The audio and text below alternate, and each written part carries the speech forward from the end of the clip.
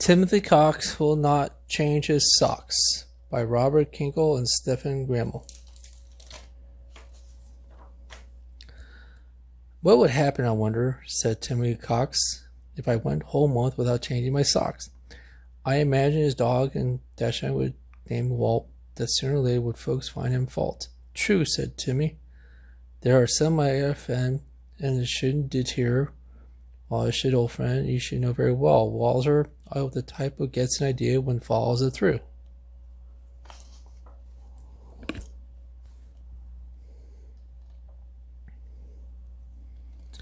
Tim dressed the next morning and slicked down his hair. Then he put his socks for the very same pair. He removed his feet the evening before. Day one, he told while he was walking out the door. His mother and father watched Timmy walk off. Then quietly said, "There is some of us may scoff. Our boy, he believes, the best ever seen. A courteous, beautiful, brilliant, and clean."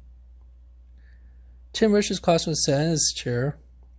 Did anyone notice the smell of his feet? A few of the neighbors cast glances round. Miss Owens' teachers stopped speaking and frowned. That was it. Nothing more. There was no one yelled, "What was that stink? It's the worst thing I've ever smelled."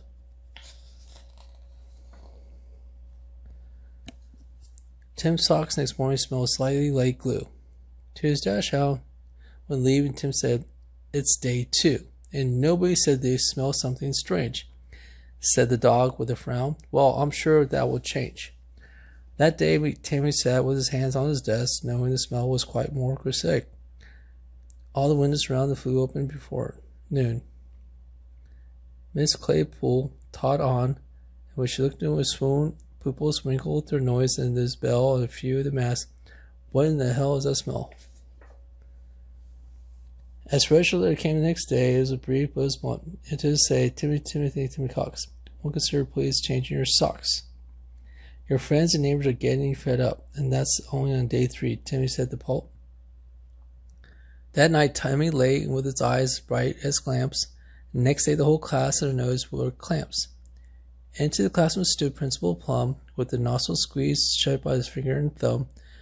He let Timmy know his general prose that the socks were an insult to everyone's nose. In conclusion, my boy, he whimpered, I must say, if you don't change your socks, then you must stay away. He gave Timmy books his long reading list and came back nothing he missed. Day 4. The word spread and traveled over 4 blocks. There was someone around who didn't change their socks. To the door of Tim's house came the door, Miss Spear to Timmy's skin. She whispered, I fear someone who love may change his socks. Have you checked your dear little Mr. Cox? Tim's mother just laughed. His dad said, It's clear you don't know our Timmy like you do, Miss Spear. Our son is the most perfect man I have seen. Athletic and witty, good-natured and clean. Timothy Cox, won't you consider please changing your socks? That was written on the sign the neighbors had put up on the day 6 and put his pup. The Board of Health officers called Timmy's father. They told him, Your son is becoming a bother as healthy. It is hardly as strong as an ox, and he ought to be ordered to change his darn socks. Tim's father replied in his courteous way, If you really knew Timmy, you would not say that. Let me send you a photo that shows what I mean. Timmy's gentle, artistic, and clean.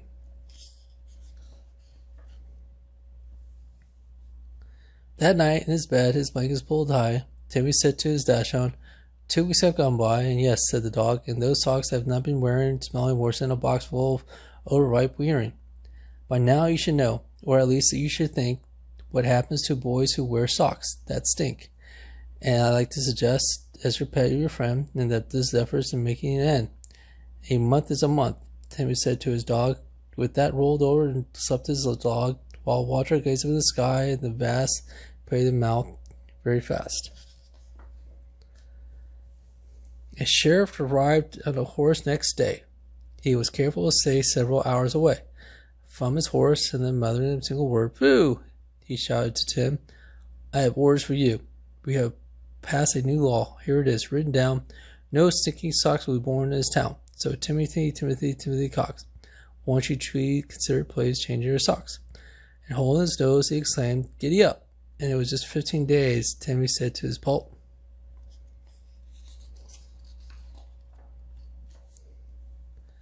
The gripes and complaints, and it seemed a bird poured in his parents said, "Tim," said the garage, "you are a wonderful son in all ways.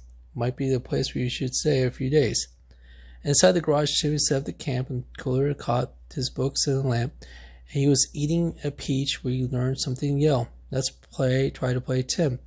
Despite a bad smell, outside neighbors Art and June and Perry. Art was holding the nose, June was fanning the air, and poor Perry, had particular fanning the air, grasping the tin. A panicky rabbit ran past a cop. He turned out to be a sergeant forced to stop. He was telling him sternly, "Your speed is unlawful." And when the rabbit said, "Sir, you don't smell something awful?" The officer lifted his nose for a sniff and then gagged and choked in the first whiff. He phoned the news to the guys at the station. He sent out to the choppers a declaration, Timmy, Cox, won't you consider changing your socks?" The copter propeller went whoop, whoop, whoop, whoop, whoop. Day 20 already, and the Tim went his pulp. Next morning, the fire department with his hoses came riding the engine, hovering his noses. They hopped down at once. They started to spray. Poor Timmy Walt scampered away down the path into woods, up a hill, over rocks, whirling flowers and pans and the stench of Tim's socks. Tim circled around the trucks in pursuit, and he hurried back by quite a different route. At his house, Timmy found a brief note on the gate. "Your mother and I," wrote this dad, "hesitate to find any fault in the way you smell, but Timothy, we think you'd be just as well as you moved on from the stuff on combat spot near the fence a lot." He had signed it. "Your father the best, truest friend, the father's most extreme man." His cougher dad added, "P.S. my son, your homework is thin, but you always have to get done." Walter helped Timothy move his stuff, saying nearly, "Timmy, enough is enough. You haven't proved yourself for the proof. How far your house must folks move?" "Faithful dog," Timmy said, you know, "I'm the kind who falls through once it's made up his mind. I will not be discouraged. I will not be deterred. And that, my dear Walter, is my final word." Walter was helping Tim carry his cot, and he reached repeatedly. Things were that dog thought. Tim, with that, his head, his food, and his dog, found the spot by the fence. It was nearly a bog. There were various grasses and various clumps, mosquitoes and blue flies, green flies, stumps, and a skunk who's grinning as hard as he could. "Gosh, Time, you smell really good." And all through the night, with a racket, of course, the loudspeaker trucks had come in force to drive away road, every lane, every street, with the warning of Timmy concerning his feet. Timothy Cox, won't you consider please changing your socks? You've been yelled at and chased at and probably give up. Only 3 days to go, said the pulp. The next day came and went, and the temperature freezing. Walt shivered and Tim shook, and Skunk sneezing tried to keep him warm while running through the stench. What grips his neighborhood. What kimching people were gagging and shouted, "We're sick. You must change your socks. Must you do it quick. Pay no attention," said his friends. "There are 2 days remaining before the thing ends." Scouts the next day for the fringes of trees belled out their flags. "Timmy, change your socks, please." Judges banged gravels, referees whistled, Governor Aloud, his honor guard bristled. Even the skunk with their new friend had to quit. "Your smell," told him, "I have to admit, through your nature once old, reluctant to nag. At the moment he was one to the gag." He shook his hands with Walter and Tim, and then the sun slowly set. He went home to his den. The stinky sun tinted the sky's arching vault. As Tim shared his thoughts with his faithful dog, "Walt, almost a month has gone by in a day, and I do regret what I've done." "Walt, no way." "I'll do it again, and then you know it too," Walter replied very coldly. "Not true. The whole month, I ended up at dawn. Tim pulled off his socks and first put on his mouth before a full month of the day. And Walter said, watch on, hooray!" Timothy Cox, at last you changed those adorable socks. You follow things through. You said you would be back then. Please don't ever do it again.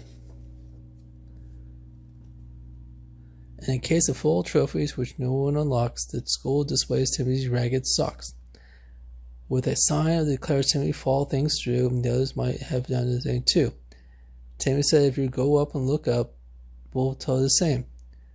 Till the nudge from this pulp reminds him to say how he's true. Do what's right, it's good, you know the fall thing's true. Resist the temptation to waste your ambition on some sort of silly, trivial mission. The wise thing to do is think of a plan to do, which I didn't do.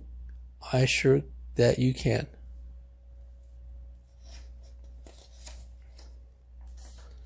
With my love, my sub, Sharon daughter Alice, RK, the Sharon who always smells nice.